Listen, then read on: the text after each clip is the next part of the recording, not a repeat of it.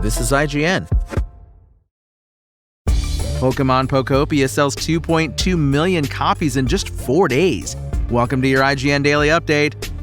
But first, Stewie, a new Family Guy spinoff starring Stewie, has been greenlit for 2 seasons. The show will once again see irascible toddler genius Stewie Griffin, voiced by Family Guy creator Seth MacFarlane, and debuted during the 2027-28 TV season. MacFarlane is credited as co-creator and executive producer on the series, though it will be show-run by veteran Family Guy writer Kirker Butler. Here's an official blurb for Stewie, as released by Fox via Deadline.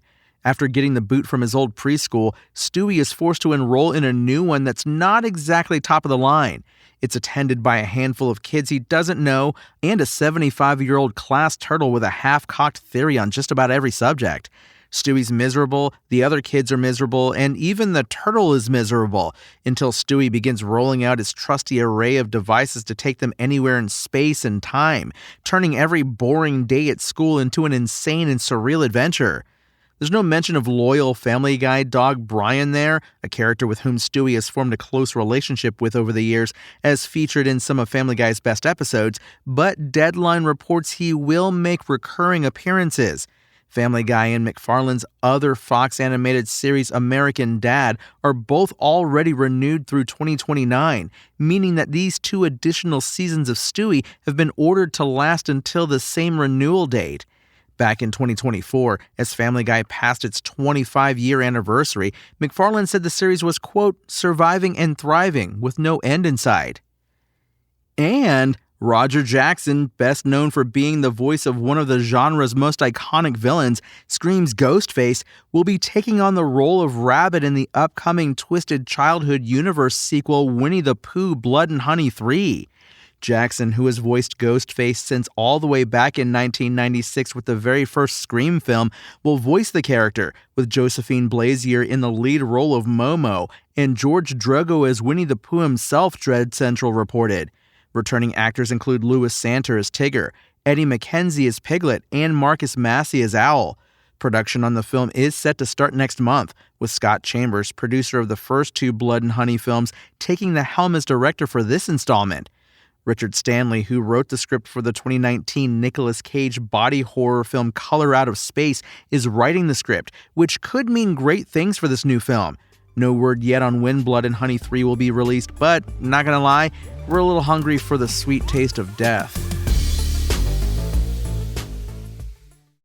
Pokemon Pokopia has launched big on Nintendo Switch 2 and sold 2.2 million copies over its release weekend.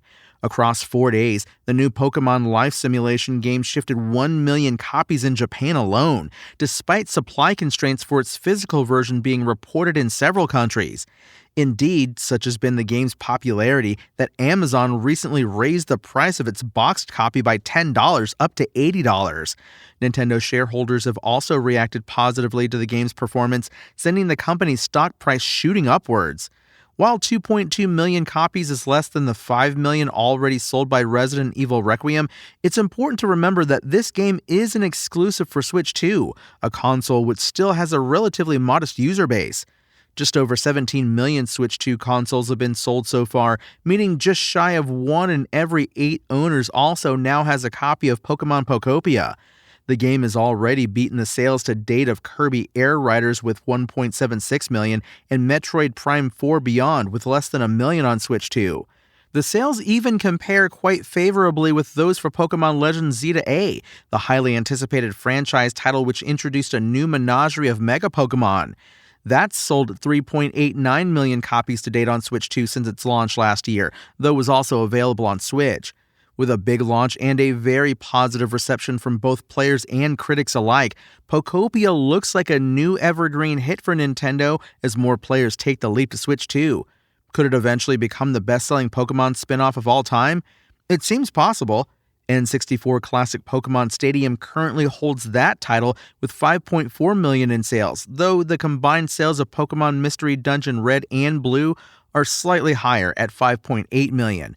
If you're already playing, be sure to check out IGN.com and our list of all the Pokemon in Pokopia, and take a look at our Things to Do First in Pokopia guide to make the most of your first few days.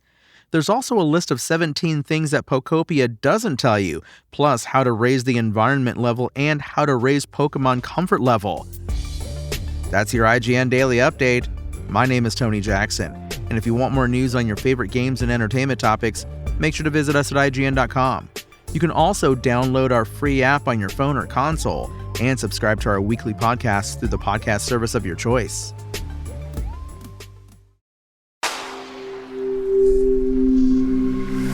Spoken Layer.